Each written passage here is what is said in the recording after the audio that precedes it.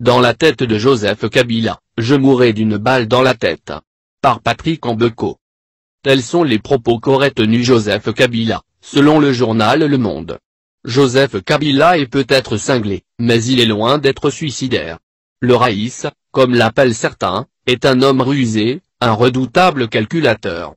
Tous ses coups sont calculés. Il avance masqué, donnant parfois à ses adversaires et détracteurs l'impression qu'il est bête, qu'il ne voit ou ne comprend rien, alors qu'il voit et comprend tout. Les Congolais l'ont sous-estimé, pensant qu'il ne comprend ni ne peut rien de lui-même. Erreur. Après 15 ans à la tête d'un pays comme la RDC, on comprend bien des choses, on a une certaine maîtrise des affaires d'État, et on a en main des données que le commun des Congolais n'a pas. Souvenons-nous de ces propos du cinéaste belge Thierry Michel à propos du maréchal Mobutu. Mobutu a été l'otage des Américains et des Belges, c'est évident. Mais il s'est affranchi de cette tutelle. Il a joué les Américains contre les Belges, les Français contre les Américains, et se taira. Il a même joué les différents clans du pouvoir américain les uns contre les autres. Joseph Kabila n'a peut-être pas l'intelligence politique de Mobutu, mais il a beaucoup appris en ces 15 années à la tête de la République démocratisée du Congo.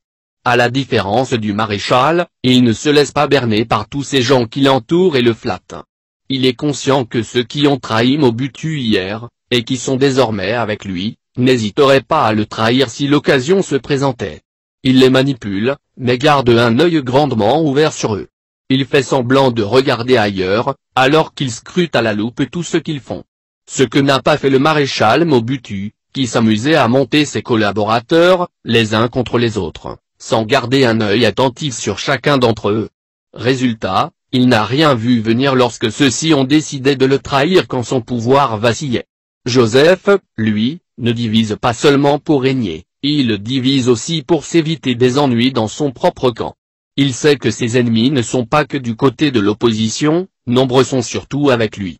Vu l'état médiocre de l'opposition, il semble, contrairement à ce que l'on peut penser, avoir concentré son attention sur son entourage immédiat.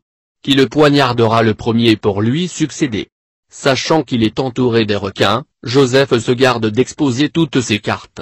Durant les négociations, qui ont conduit à la signature de l'accord de la Saint-Sylvestre, on l'a vu désavouer ses émissaires qui voulaient rompre les pourparlers et imposer la poursuite des négociations avec l'opposition pour arriver à cet accord qui lui a permis de glisser. Après avoir déstabilisé et divisé l'opposition, et réussi à faire accepter le fait que les élections se tiennent en décembre 2018, Joseph Kabila mise désormais sur la stratégie de l'usure. Il sait que les opposants congolais n'ont aucune vision et ne sont guidés par aucune idéologie. Il suffit de les déstabiliser un peu plus, quitte à les réduire à néant, pour passer aux yeux de ses anciens maîtres qui veulent sa peau comme la seule alternative à lui-même. Ne lui demande-t-on pas de proposer un nom?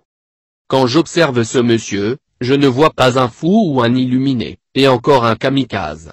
Mais bien un adepte de Machiavel pour qui la fin justifie les moyens, quitte à faire croire au monde qu'il est assez suicidaire pour accepter de recevoir une balle dans le crâne. Ce n'est donc pas en marchant qu'on peut battre un tel individu. Il faut ruser, encore et encore, avancer sans avancer, faire semblant de l'attaquer à gauche en lui faisant subtilement croire que vous apparaîtrez à droite. Il est habitué à ruser, donc, alors que vous êtes déjà derrière lui.